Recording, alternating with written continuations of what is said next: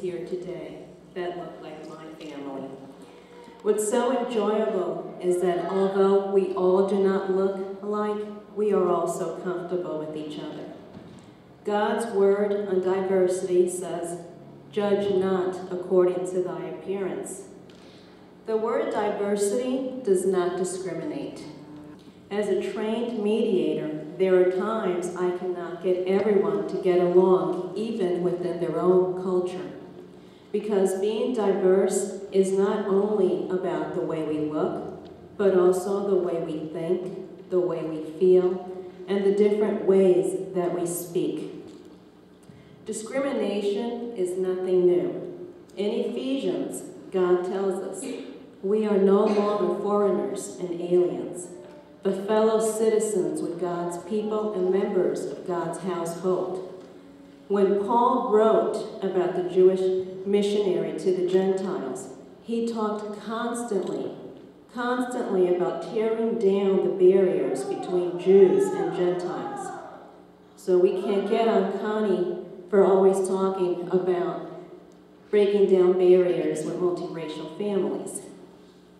Jews kept themselves separate from Gentiles by many cultural and religious barriers. Perhaps the most vivid symbol of religious separation was an actual wall dividing the Jewish temple. This wall separated Jews from Gentiles, and a further wall separated Jewish men from Jewish women.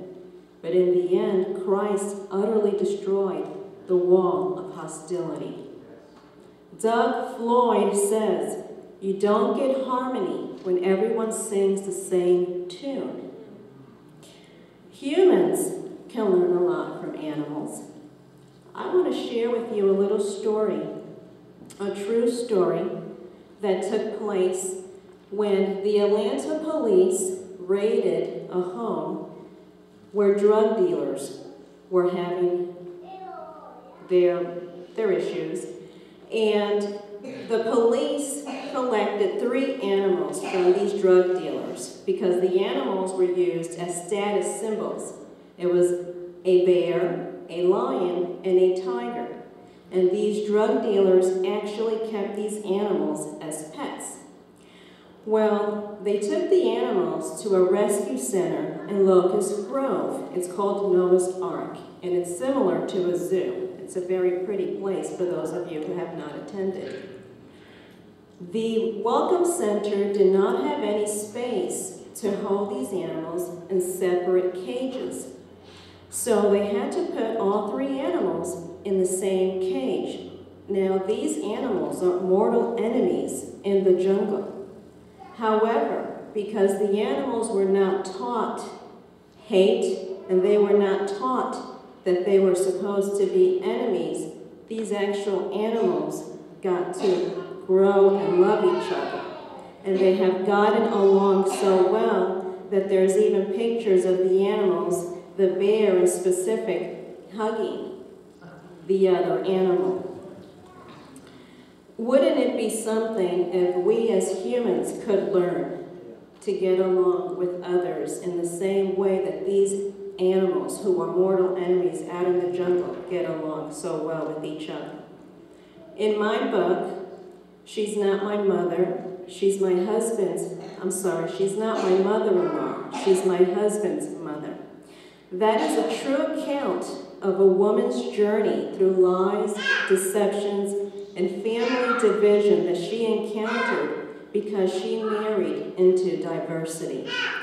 It unravels difficult issues couples may face when marrying into diversity, and her recollections offer hope and possible solutions. Her journey will prepare you for any torment that you may face, whether it be today or tomorrow. In celebration of diversity, I will close with the song that my friend James Cobb wrote. He wrote this song about 25 years ago, and we are still talking about it today, the human rainbow. Listen to his words describe how the colors of the human rainbow blend together in the sun. There is no time for hatred, for there is too much work to be done.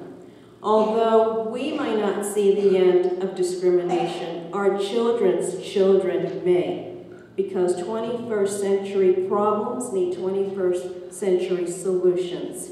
Combine that with the number of growing diverse families, and our children's children just may see no more black and white, but everything in between. Thank you.